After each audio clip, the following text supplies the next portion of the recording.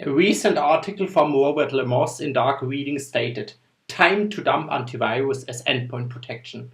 The article actually references to a recent research paper from Google where they tested anti-malware programs and they individually detected only 25% of the malicious files, while Google's new reputation technology, called CAMP, detects 98.6% of malware downloaded by users through their Chrome browser. This sounds like white or maybe black magic. It really depends on if you want that Google sends attributes of all the unknown files on your computer system to the online services for analysis.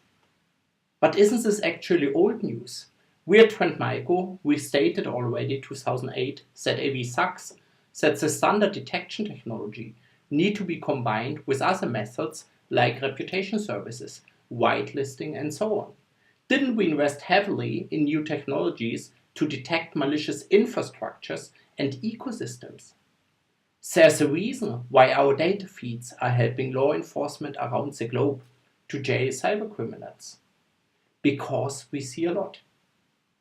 In their research paper about CAMP, Google claims that their system makes millions of reputation-based decisions every day and that it identifies and blocks about 5 million malware downloads every month. Great job to make the internet a safer place. But again, this is what the security industry does for years already. So this is not something brand new. Trend Micro, for example, blocks 200 million threats per day. This includes unwanted content like spam. And our systems process 12 billion requests per day. That's a lot. These requests generate 6 terabytes of data for analytics. That's what I actually call big data.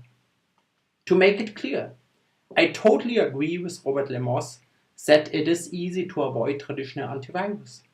But all the security players know this for a while and have invested a lot to find new ways to protect against malware and cybercrime.